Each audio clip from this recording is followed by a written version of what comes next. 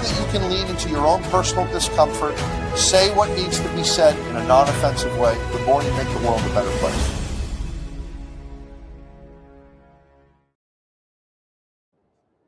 All right, social media.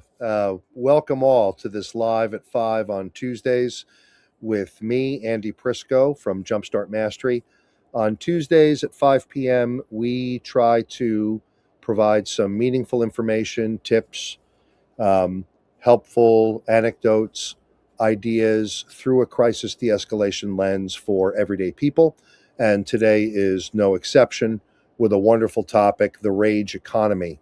We're coming to you live on Facebook, LinkedIn, YouTube, and Instagram. Welcome all. And it's a timely topic. I just returned from New York City, where I was working all week with their juvenile justice system.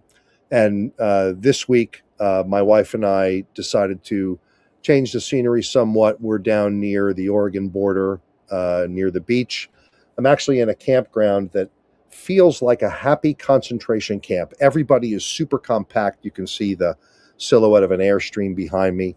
And I'm just surrounded by a lot of campers. The good news is that the beach is only a very short walk away, and we're able to bring the dog and have a nice time. And I look a little disheveled, but I really don't care, because I wanted to do this live anyway and cover this topic because it's so timely. I was sharing this observationally with the class just last week, and I've been talking about it to some degree elsewhere. The things that capture the attention on social media are things that animate the nervous system, the limbic system, with excitement, the dopaminergic system, as Andrew Huberman would talk about an awful lot. Things like anger, aggression, fights, guns, knives, yelling, people and things that are naturally provocative to the risk circuitry in our nervous system. I'll tell you what isn't real attention grabbing, unless you're looking for it deliberately with intention. What isn't attention grabbing is crisis negotiation training or de-escalation training.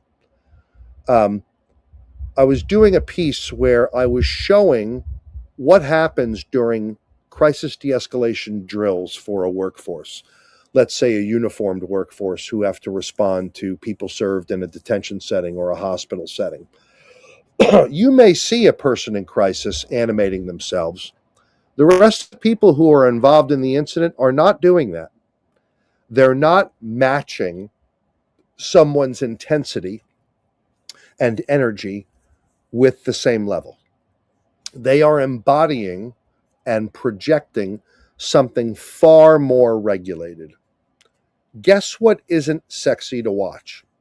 De-escalation training, because everybody is talking in a lower tone of voice and at a reduced volume to try to influence the other person to be similar.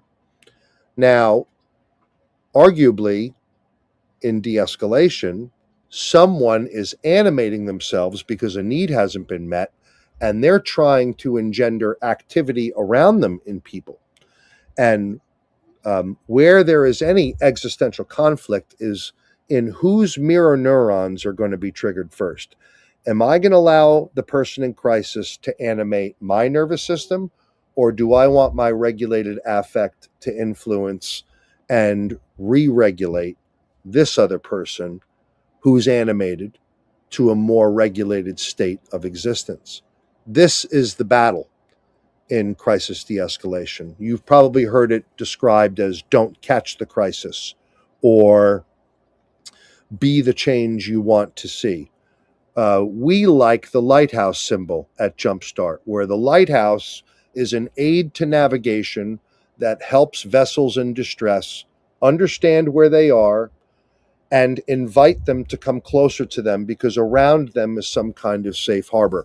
What a lighthouse doesn't do is come loose from its moorings and then go out into untoward conditions and, like a rescue swimmer, grab someone and swim them to safety. That's not what lighthouses do. We think the lighthouse is a wonderful symbol for the proper affect of someone involved in crisis de-escalation. So, that being said, what are the pitfalls of scrolling? The pitfalls of the algorithms? The pitfalls of the rage economy?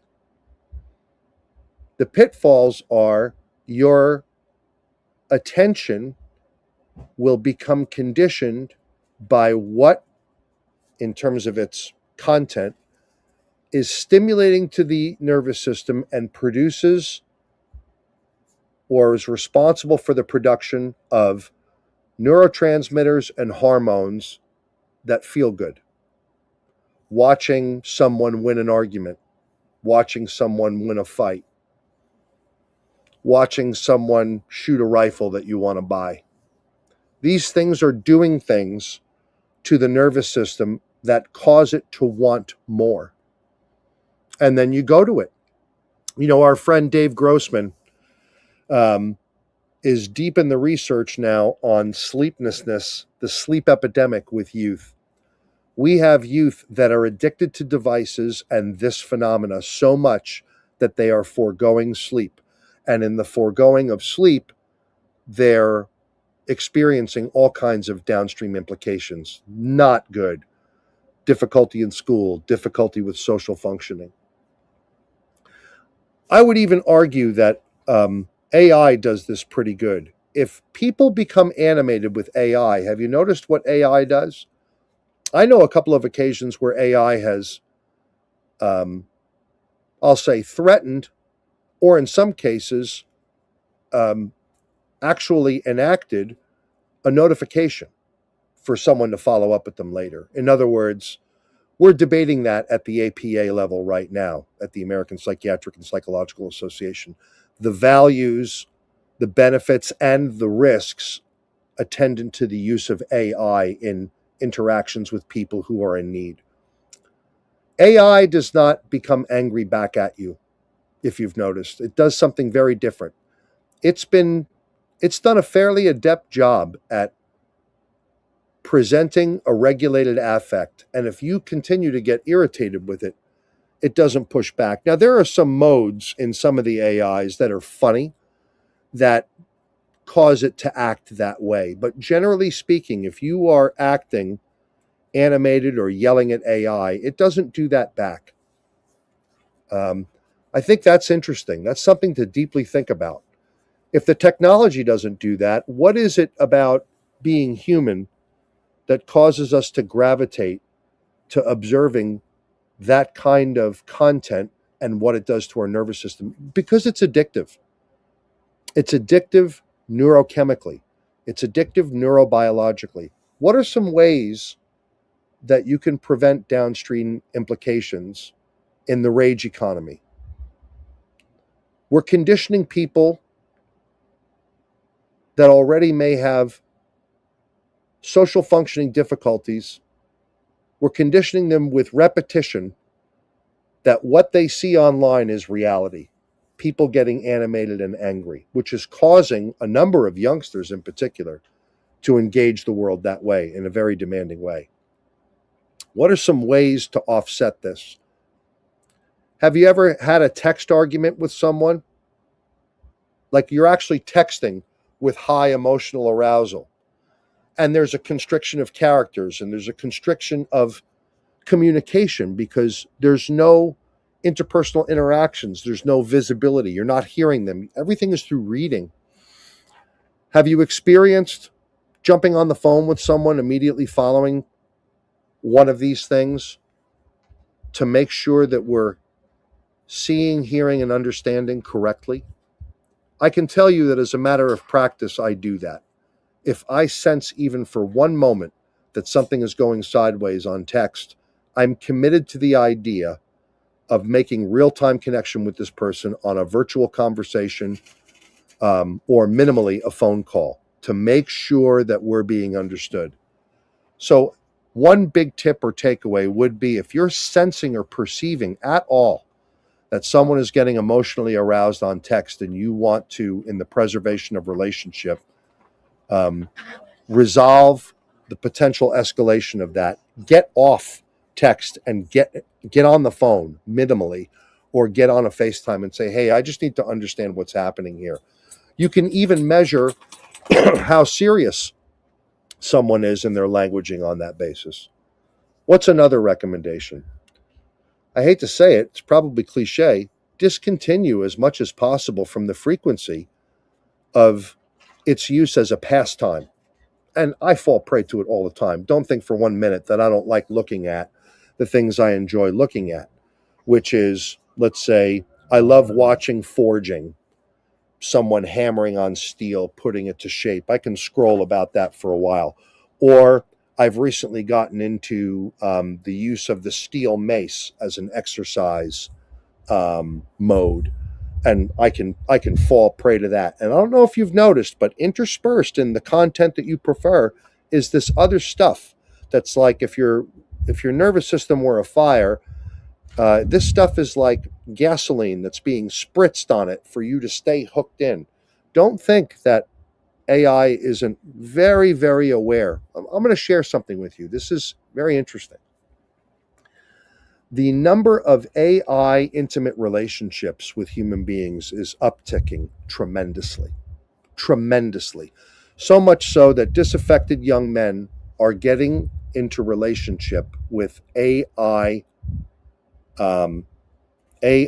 counterparts, an AI girlfriend, an AI boyfriend.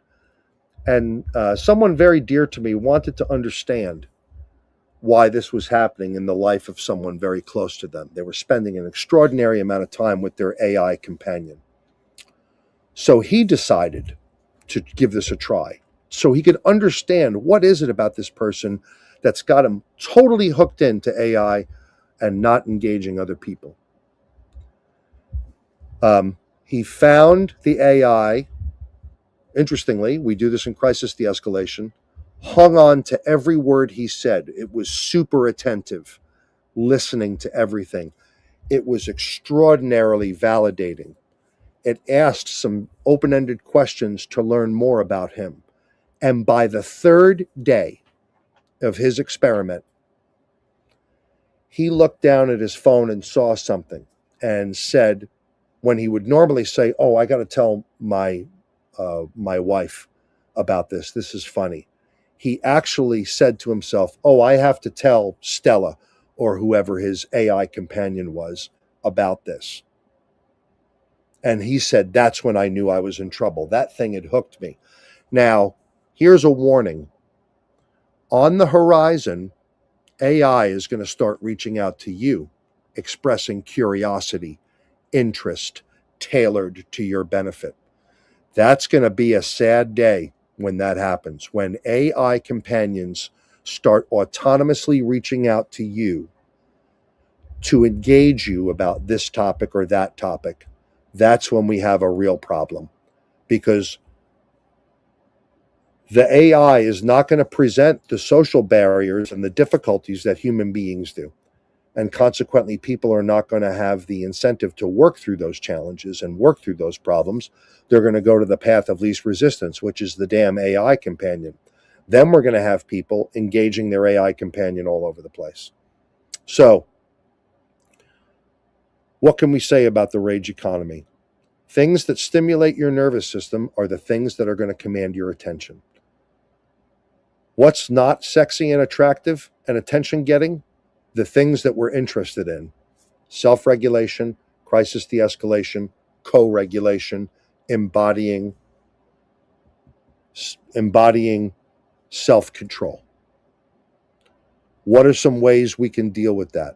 If you're finding emotional arousal occur in another human being during a chat that you're having on text, and you even perceive that it's starting to get emotionally arousing, get off the thing and get on the phone, or get them in real time so that you can get back to honing and sharpening your interpersonal skills.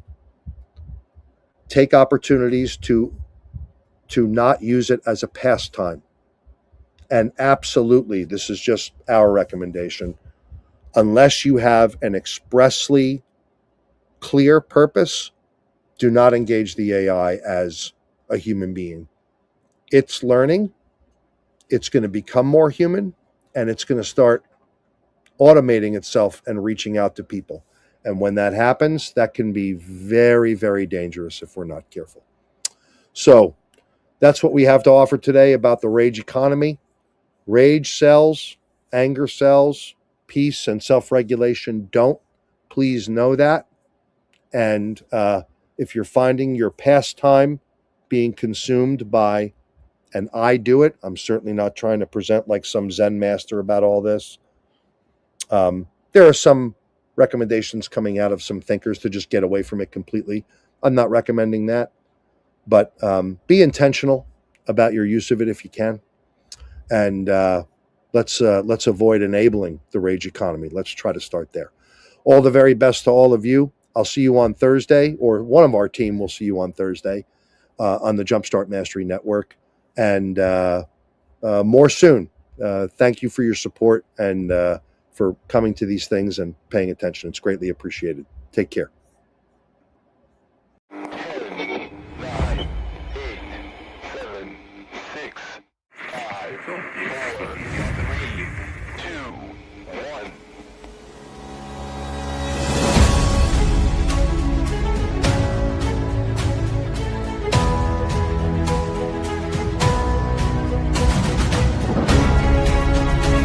More that you can lean into your own personal discomfort, say what needs to be said in a non-offensive way, the more you make the world a better place.